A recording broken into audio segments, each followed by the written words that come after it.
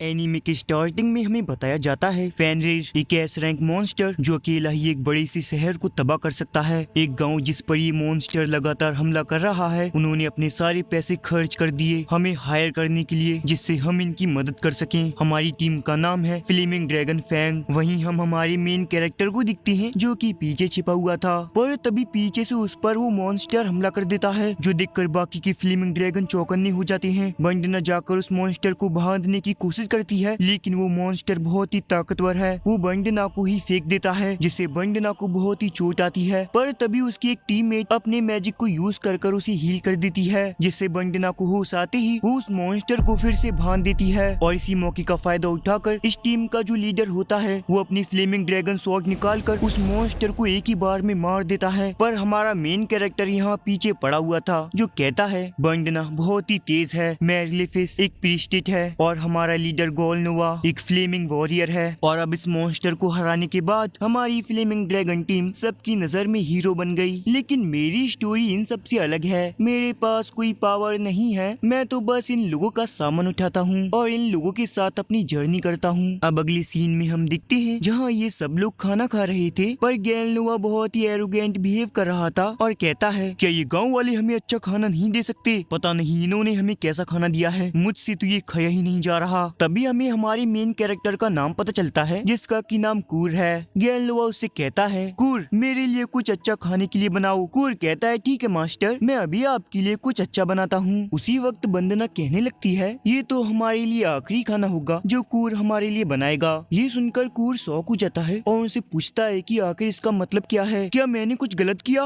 गोलनोवा कहता है क्या तुम्हें समझ में नहीं आया, तुम्हें हमारी टीम से निकाल दिया गया है। ये सुनकर कूर डर जाता है और उससे कहता है क्या मैंने कोई गलती कर दी? मुझे समझ नहीं आ रहा कि आप मेरे साथ ये क्यों कर रहे हो। तुमने गलती के अलावा और बहुत कुछ किया है। तभी मेलेफिस कहती है तुम तो बस हम लोगों के ऊपर बोझ हो और ना ही हमारे किसी काम के लिए आते। हमें पार्टी के लिए 4 मेंबर्स चाहिए होते हैं, जिस वजह से तुम हमारे साथ हो, वरना हम तो तुम्हें कब का निकाल देते। बंडना उससे कहती है अगर हमें अपनी पार्टी को स्ट्रॉन्ग बनाना है तो हमें तुम जैसे कमजोर को निकालकर किसी ताकतवर को हमारी पार्टी में लाना होगा। तुम तो बस हमारे बैग उठाने के अलावा किसी काम के नहीं हो। ये सब सुनकर कूर बहुत ही परेशान हो जाता है और उन सबसे भीख मांगने लगता है कि वो उसे पार्टी से ना निकाले। पर तभी गोलनोवा उसे लात मारकर वहीं पर बेहोश कर देता है।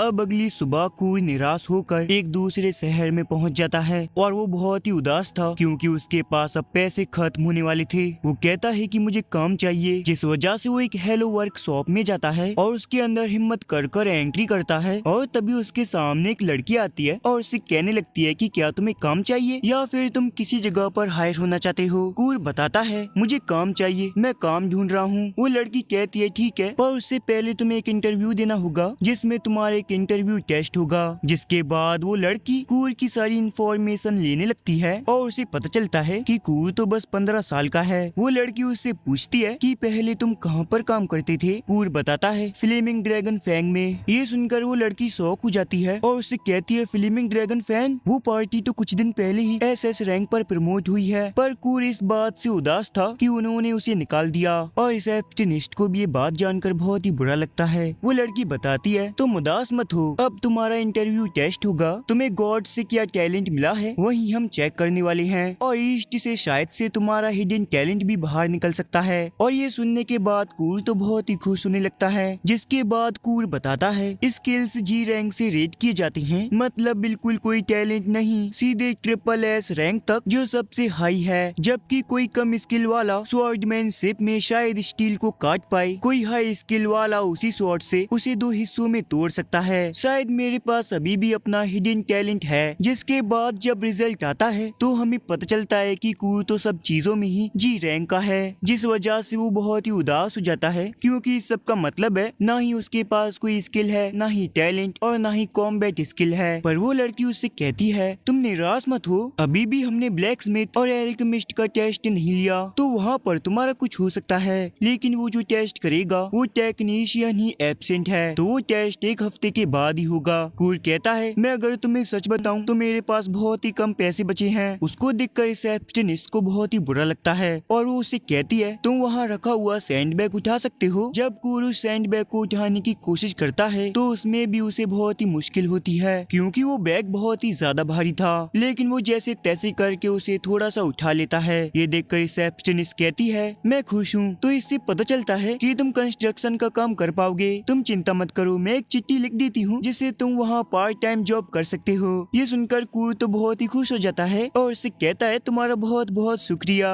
अब अगले सीन में हम दिखते हैं जहाँ कूर वहाँ पर पहुँच जाता है, पर कूर को देखकर कॉन्ट्रैक्टेड बहुत ही उदास हो जाता है कि वो ये काम कैसे करेगा। पर अभी हमारे पास लोग कम है तो मैं तुम्हें ले रहा हूँ। और वो कूर को काम समझाने लगता है कि तुम्हें सीमेंट बनाना है और फिर इस वॉल को थोड़ा सा मेंट कर देना है। मैं 3 घंटे बाद यहाँ पर चेक करने आऊंगा। कूर उससे कुछ पूछने वाला था पर वो कॉन्ट्रैक्टर उसे इग्नोर करते हुए वहाँ से चला जाता है। अब कुछ घंटे बाद वो कॉन्ट्रैक्टर वहाँ जैसे ही आता है तो वो एकदम शॉक हो जाता है क्योंकि कूर ने पूरी की पूरी आधी दीवार को सीमेंट से मेंट कर दिया था। पर उसका रिएक्शन देखकर कूर उससे कहता है कि मुझे माफ करना, सीमेंट खत्म हो गया था तो मैं बस इतना ही काम कर पाया। पर वो कॉन्ट्रैक्टर काफी ज्यादा शॉक हो गया था और उसे पूछने लगता है कि मैंने तो तुम्हें कोई लेडर भी नहीं दिया था, फिर भी तुमने ये काम इतनी जल्दी कर दिया। आखिर तुमने ऊपर वाले पार्ट को सीमेंट से मेंट कैसे किया? कूर कहता है मैंने एक लकड़ी से जुगाड़ कर ऊपर वाला काम कर दिया। और फिर वो कॉन्ट्रैक्टर कहता है ठीक है कोई बात नहीं, आज का तुम्हारा काम हो गया। और फिर वो उसे पे कर कहता है मैं तुम्हें बस इतना ही पे कर सकता हूँ और बाकी का जो पेमेंट है वो मैं तुम्हें हेल्प वर्क के थ्रू तुम्हारे बैंक अकाउंट में दे दूंगा। पर कूर को इससे कोई परेशानी नहीं है क्योंकि उसे तो इतने भी पैसे भी बहुत लग रहे थे, जिस वजह से वो काफी ज्यादा खुश हो जाता है और अपने मन में कहता है कल तो मैं और भी अच्छे से काम करूंगा।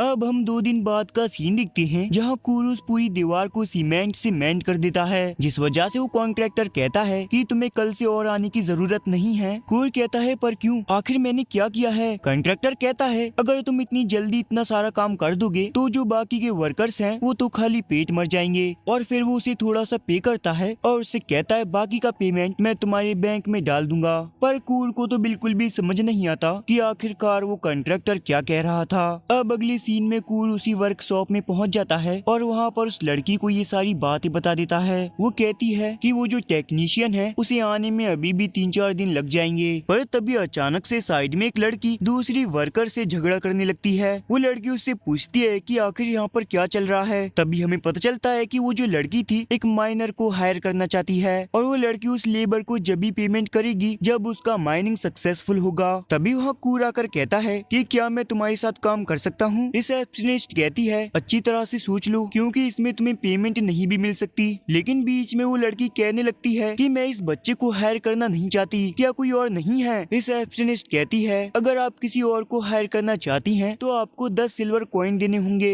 ये सुनने के बाद वो लड़की काफी ज्यादा परेशान हो जाती है और कूर से कहती है कि मैं तुम्हें हायर करना चाहती हूँ तो मेरे पीछे आओ। जिसके बाद वो दोनों वहाँ से चले जाते हैं। उनके जाते ही वो सोचने लगती है कि वो लड़की काफी क्यूट है, शायद कूर की दाल यहाँ गल सकती है। पर तभी दूसरी वर्कर उसे जगाती है और उससे कहती है आखिरकार तुम कहाँ खो गई? कूर का पेमेंट आया है तो जल्दी देखो। पर वो वर्कर कूर का पेमेंट देखकर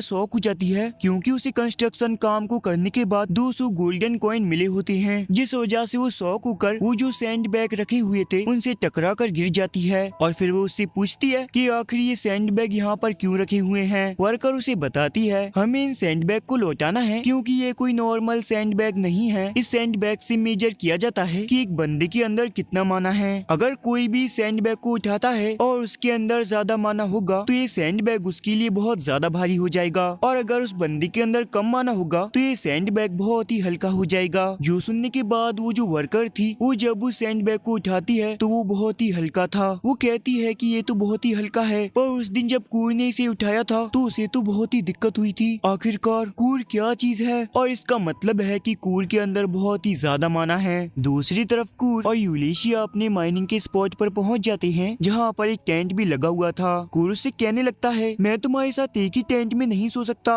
क्योंकि तुम काफी ज्यादा क्यूट हो। ये सुनकर यूलिशिया काफी ज्यादा शर्माने लगती है और उससे कहती है ये तुम क्या कह रहे हो? मैं सच कह रहा हूँ, मैंने पूरी दुनिया घूमी है पर तुमसे ज्यादा सुंदर लड़की नहीं देखी। पर यूलिशिया बहुत शर्माने लगती है और कूर को मारकर कहती है ऐसा मत कहो। जिसके जिसके बाद ये लोग वहाँ आग जलाते हैं और यूलिशिया कूर को एक उबला हुआ आलू देती है और कूर उसे पाकर बहुत ही खुश होता है और उसे पूछता है कि क्या ये तुमने बनाया है। यूलिशिया उसे कहती है इसे हम कुकिंग नहीं कह सकते, मैंने बस उसे उबाल दिया। बहुत समय हो गया है जब किसी ने मेरे लिए खाना पकाया था, इसलिए मैं खुश हूँ। जिसके बाद वो अपने मन में सोचने लगता है गोनलो और बाकी के लोग तो मेरे साथ खाते भी नहीं थे, पर शायद यूलिशिया उन जैसी नहीं है। वहीं यूलिशिया उसे देखकर बहुत ही शौक होती है कि कूर इतनी छोटी सी चीज को देखकर ही खुश हो गया। अब अगले सीन में रात हो जाती है तो वो दोनों टेंट में सोने चले जाते हैं, पर यूलिशिया के साथ में होने की वजह से कूर तो बिल्कुल भी सो नहीं पा रहा था। जिसके बाद वो जब यूलिशिया को मुड़कर देखता है तो वो दिखता है कि उसने तो कुछ पहना हुआ ही नहीं है, वो पूरी नेकेड है। ये देखकर वो शौक हो जाता है और कहता है यूलिशिया तुम्हें बिल्कुल भी समझ नहीं है, मैं एक लड़का हूँ और मुझे तुम्हारे साथ सोना नहीं चाहिए। ये कहकर वो टेंट से बाहर चला जाता है, पर हम देखते हैं कि यूलिशिया जाग रही थी और उसने ये सब इसलिए किया है जिससे उसे कूर पर भरोसा हो जाए कि वो उसके साथ कुछ गलत काम नहीं करेगा, क्योंकि वो एक हफ्ते तक साथ रहने वाले हैं। जिसके बाद वो सो जाती है। अब अगली सुबह होते यूलिशिया देखती है कि जो कूर था वो पूरी रात बाहर सो गया था। जिसके बाद कूर भी उठ जाता है। यूलिशिया उससे कहती है जल्दी रेडी हो जाओ क्योंकि एक हफ्ते के अंदर हमें 10 गोल्ड कॉइन जमा करने हैं। कूर उससे पूछता है कि क्या तुमने डिसाइड कर लिया कि हम माइनिंग कहाँ करेंगे। यूलिशिया उससे कहती है हम आसपास में कर लेंगे, पर कूर कहता है ऐसा नहीं होगा, मैं पहले आसपास चेक कर आता हूँ कि हमें कहाँ पर माइनिंग करके ज्यादा फायदा होगा। अब अगली सीन में हम दिखते हैं जहाँ कूर यूलिशिया को लेकर एक जगह पर पहुँच जाता है और उसको एक पत्थर लेकर उसे तोड़कर उसके अंदर दिखाता है कि उसके अंदर बहुत सारे क्रिस्टल थे। ये देखकर यूलिशिया काफी शौक हो जाती है क्योंकि पहली बार में ही उन्हें ब्लू क्रिस्टल मिल गए। और ऐसे ही कुछ समय काम करने के बाद हम दिख पाते हैं कि कूर ने बहुत सारे क्रिस्टल जमा कर लिए थे, जो देखकर यूलिशिया शौक हो जाती है और उससे कहने लगती है क्या अब हम इन्हें बेचने वाले हैं। कूर कहता है नहीं रुको जरा, अगर हम इन्हें ऐसे बेचेंगे तो इनकी कीमत हमें बहुत ही कम मिलेगी, मुझे पहले इन्हें मैजिक स्टोन में बदलने दो जिससे हमें और भी ज्यादा पैसे मिलेंगे। यूलिशिया कहती है लेकिन उसके लिए तो हमें मैजिक क्राफ्टमैन चाहिए जो कि हमें किंगडम में मिलेगा। पर इसी बीच हम दिखते हैं कि कूर उस क्रिस्टल को लेकर मैजिक स्टोन में बदल देता है। ये देखकर यूलिशिया और भी ज्यादा शौक हो जाती है, मैंने तो सुना था सबसे छोटा मैजिक स्टोन बनाने में भी एक मैजिकल क्राफ्टमैन को भी 1 घंटे से ज्यादा लग जाता है, लेकिन तुमने तो 1 सेकंड में बना दिया। पर कूर उससे भी ज्यादा हैरान हो जाता है और उसको तो कुछ और ही समझ आता है। उसको लगता है जो कोई ज्यादा समय में बनाता है उसके पास ज्यादा माना होता है और जो कोई कम समय में बनाता है उसके पास कम माना होता है, मतलब ये तो उल्टा ही समझता है। उसके मुंह से ये सुनकर यूलिशिया कहती है शायद ये मेरी बात को अच्छे से नहीं समझ रहा। अब अगले सीन में यूलिशिया कहती है कि मैं इन मैजिक क्रिस्टल को बेच कर आती हूँ। तो कूर कहता है ठीक है तुम जाओ, मुझे यहाँ पर कुछ काम है। ठीक है तो अपना ध्यान रखना, मैं कल सुबह तक यहाँ पर पहुँच जाऊंगी। ये कहकर वो वहाँ से चली जाती है। अब अगले सीन में हम दिखते हैं जहाँ यूलिशिया उन मैजिक स्टोन को बेचने के लिए पहुँच जाती है, लेकिन वो जो आदमी था वो उससे पूछता है कि ये किस एक्लियर ने बनाया है। यूलिशिया फंस जाती है और अपने मन में कहती है मुझे पता था वो लोग यही पूछने वाले हैं। जिसके बाद वो अपना रॉयल साइन निकालती है, जो देखकर उस बंदी को अपनी औकात पता चल जाती है और वो उससे माफी मांगने लगता है। तो यूलिशिया उससे कहती है मैं तुम्हारा टेलीपोर्टेशन स्टोन यूज करना चाहती हूँ क्योंकि मुझे किंगडम जाना है। जिसके बाद वो टेलीपोर्टेशन स्टोन को यूज करके एक किंगडम की शॉप में पहुँच जाती है। फिर यूलिशिया वहाँ जाकर एक मैजिक क्रिस्टल को दिखाती है तो शॉपकीपर कहती है ये उतना ज्यादा नहीं चमक रहा, इसलिए इसकी कीमत तुम्हें बहुत कम मिलेगी। यूलिशिया कहती है लगभग 10 सिल्वर कॉइन तो मिल ही जाएंगे ना। पर वो लड़की कहती है रुको जरा, मुझे एक बार और चेक करने दो। और फिर वो जैसे ही चेक करके वापस लौटती है वो उससे कहती है इसके बदले मैं तुम्हें 10 गोल्ड कॉइन दूंगी। यूलिशिया तो काफी ज्यादा शौक हो जाती है और उससे कहती है आखिरकार तुम क्या कह रही हो। वो लड़की कहती है भले ही इसके अंदर जो माना है वो काफी ज्यादा कम ग्लो कर रहा है, लेकिन वो माना काफी ज्यादा है, वो काफी अच्छी तरह से सील किया गया है जिससे वो लीक ना हो। जिसके बाद यूलिशिया उसे बाकी के क्रिस्टल भी दे देती है, जिसके बदले उसे 500 गोल्डन कॉइन मिल जाती हैं और यूलिशिया भी काफी ज्यादा खुश हो जाती है। तभी वो लड़की उससे कहती है मैं तुमसे कुछ पूछना चाहती हूँ। पहली बात तो तुम इस क्रिस्टल को मेरी दुकान के अलावा किसी और की दुकान में नहीं बेचोगी, और दूसरी बात आखिरकार ये क्रिस्टल किसने बनाया है। यूलिशिया उससे कहती है माफ करना लेकिन ये मैं तुम्हें नहीं बता सकती। पर वो लड़की उससे जिद करने लगती है मुझे बताओ, मुझे जानना है। पर यूलिशिया उससे कहती है नहीं, मैं उसके बिना बताए उसकी आइडेंटिटी को रिवील करना नहीं चाहती। वो लड़की कहती है ठीक है, पर अगर वो इतनी अच्छी तरह से काम कर रहा है तो उसे डायरेक्टली किंगडम में भी काम मिल सकता है। यूलिशिया कहती है ठीक है, तो मैं उससे बात करूंगी। जिसके बाद वो उसी हेलो वर्कशॉप में जाती है और उस वर्कर से कहती है मुझे तुमसे कुछ बात करनी है। वो वर्कर उससे कहती है मुझे भी तुमसे कुछ बात करनी है। फिर वो एक साथ कहते हैं कि आखिरकार कूर कौन है। ये सुनने के बाद वो दोनों ही काफी ज्यादा शॉक थे क्योंकि उन दोनों का सवाल एक ही था। फिर वो वर्कर कहती है मुझे माफ करना, मैं किसी के बिना बताए उसकी आइडेंटिटी रिवील नहीं कर सकती। पर तब यूलेशिया अपना रॉयल साइन निकालती है जिस वजह से उस वर्कर को जितना भी कूर के बारे में पता है उसे सब कुछ बताना पड़ता है। फिर यूलेशिया को मालूम पड़ता है कि वो बस जी रैंक का है और वो पहले एक बहुत ही बड़ी पार्टी के लिए काम भी करता था पर वहाँ से उसे निकाल दिया गया। यूलेशिया कहती है तुम्हारा शुक्रिया मुझे बताने के लिए, ये जो 500 गोल्डन कॉइन है ये कूर के बैंक अकाउंट में डिपॉजिट कर देना। ये सुनकर वो वर्कर शॉक हो जाती है। यूलेशिया उससे कहती है मैं तुम्हें ऑर्डर देती हूँ कि कूर की आइडेंटिटी किसी को पता ना चले वरना उसको खतरा हो सकता है और वो वर्कर भी इसके लिए मान जाती है। अब अगले दिन जैसे ही सुबह यूलेशिया अपने बेस पर पहुंचती है तो वो काफी ज्यादा शॉक हो जाती है क्योंकि कूर ने तो एक ही दिन में वहाँ पर एक बहुत ही अच्छा लकड़ी का घर बना दिया था। यूलेशिया शॉक होकर पूछती है तुमने एक दिन में ये कैसे बना दिया। वो कहता है तुम शॉक क्यों हो, हमारे विलेज में सभी को ये घर बनाने में इतना ही समय लगता है। और इसी के साथ इस एनीमे का एपिसोड 1 यहीं खत्म होता है और अभी तक इसका नेक्स्ट एपिसोड नहीं आया। जैसे ही इसका नेक्स्ट एपिसोड आ जाएगा तो मैं उसे एक्सप्लेन कर दूंगा और अगर आपको वो देखना है तो लाइक और सब्सक्राइब करके रखना। बाकी मैं मिलता हूँ आपको अगली वीडियो में, जब तक के लिए बाय बाय।